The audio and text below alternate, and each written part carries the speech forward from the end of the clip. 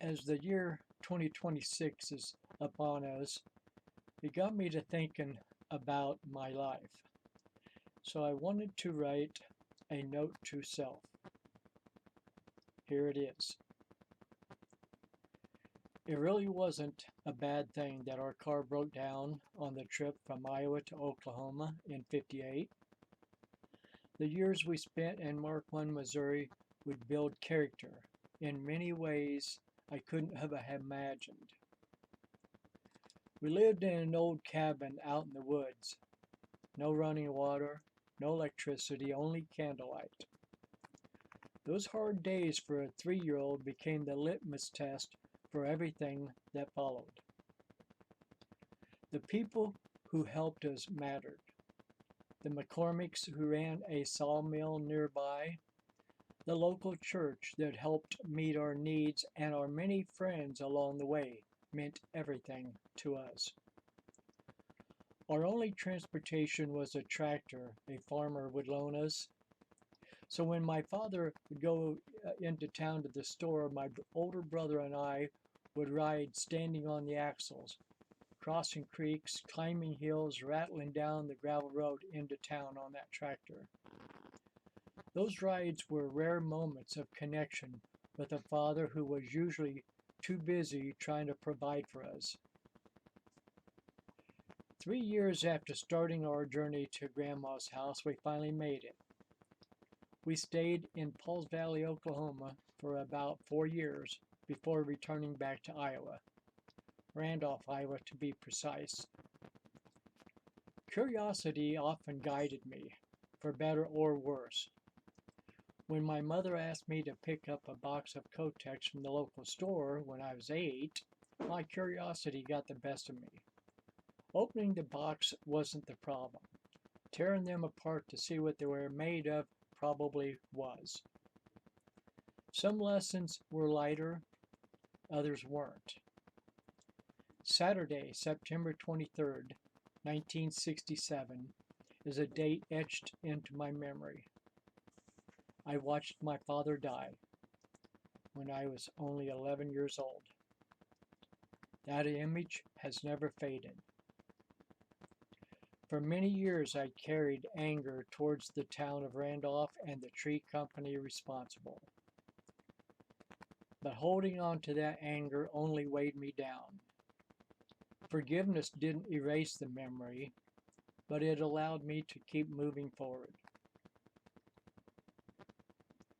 Leaving that town helped. We moved to a small community nearby where a family friend entered our lives. Eventually, he and my mother fell in love and married. At the time, all of us kids resisted the change. Looking back, I see what mattered most. My mother was happy. I quit school in the 12th grade, no excuses. I thought it was boring. I moved into my first apartment, married young, and joined the Army. 2 months into basic training, I received a real Dear John letter. She wanted a divorce so she could marry someone else. It hurt, but it also taught me that life rarely unfolds as planned. What the service did teach me was this: people all over the world are different, yet we share the same goal: to build a better life for our families. If I could change one thing, it would have been robbing that store with a couple friends of mine. That single decision cost me time, money, and most importantly, the trust of people I loved, especially my mother. The disappointment in her eyes stayed with me far longer than any sentence ever could have. I met a woman who was 3 months pregnant, and I loved her enough that it didn't matter. So I was there when our daughter, Billy Joe, was born. We later married and welcomed our son, John. We built a happy life together until everything fell apart. On April 29th, 1990, I was told my daughter had been kidnapped. For 10 days, our family lived in terror. When the truth finally came out that my wife and her parents were behind it, I was left trying to process something that still defies understanding. My children and I moved to Colorado. I found work and the kids went to school. Life was steadied again. During one spring break, while the kids were visiting their mom, I faced my own battle, alcohol. I went to AA, worked the 12 steps, and on March 22nd, 1992, I had my last drink. When my kids came back home, they noticed the difference immediately. Recovery changed not just my life, but theirs too.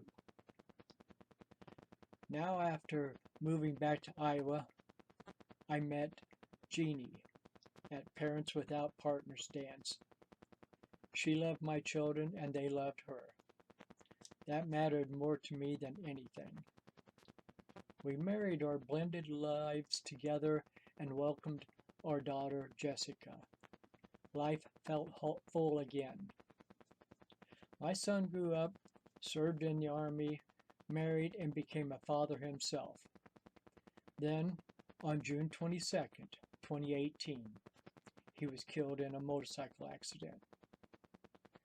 The loss is immeasurable, and the grief still remains whole. And it was pretty awesome that you won the Guinness World Record for the fastest motorized wheelbarrow in the world.